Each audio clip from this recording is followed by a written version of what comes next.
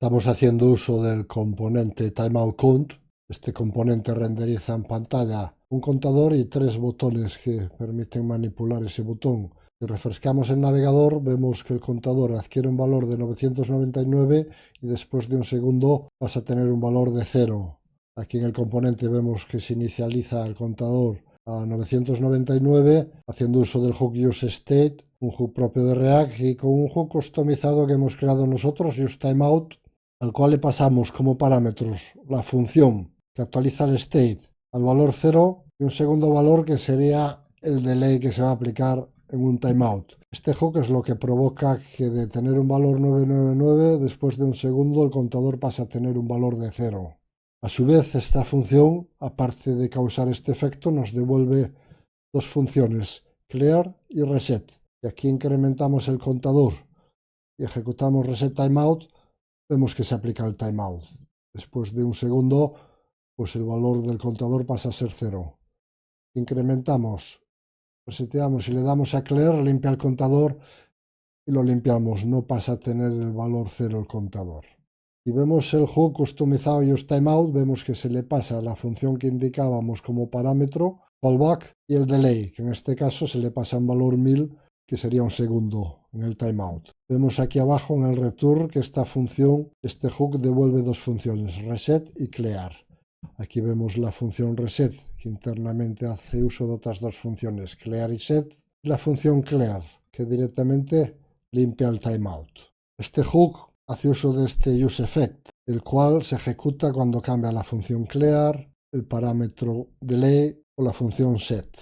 Al cambiar el delay, pues hace uso de la función set, que como vemos aquí, aplica el timeout con su delay y después pues limpia el timeout con la función clear, tal y como vemos aquí. Bueno, para controlar el timeout, primeramente aquí arriba vemos que se utilizan dos referencias. CallbackRef, que grapea el método que se pasa como parámetro, y el timeoutRef, que es la referencia que va a almacenar el identificador del timeout. Bueno, el uso de useEffect aquí nos obliga a indicarle en el array de dependencias el método clear y el set, aparte de la variable delay. Cuando cambia de delay, ejecuta el timeout. Y como estamos aquí indicándole como dependencias estas dos funciones, esto nos obliga a grapear este código, estas funciones en useCallback, para que estas funciones no se recreen a cada renderizado y se ejecute de nuevo el timeout o se limpie. En este caso esta función tiene solo este delay como dependencia, en el caso de clear no existe dependencia ninguna. ¿Para qué usamos aquí esta referencia para envolver el método que se pasa como parámetro?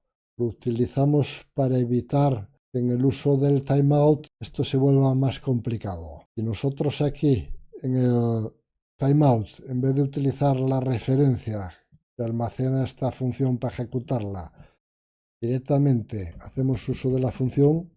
Bueno, aquí en el array de dependencias nos indica que debemos incluir esta función como dependencia. Seguimos esta recomendación, no es obligatorio, pero con ello evitamos tener bugs a futuro difíciles de encontrar. Entonces acostumbramos a seguir estas reglas de Sling. Haciendo esto, ahora nos vemos obligados a venir aquí y hacer uso de useCallback para que de esta forma se memorice la función en la caché y no sea recreada cuando no existe cambios en la misma.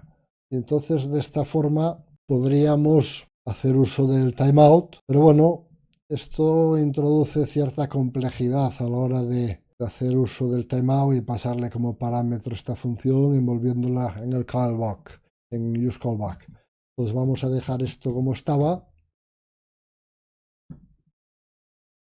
Y aquí recuperamos el código.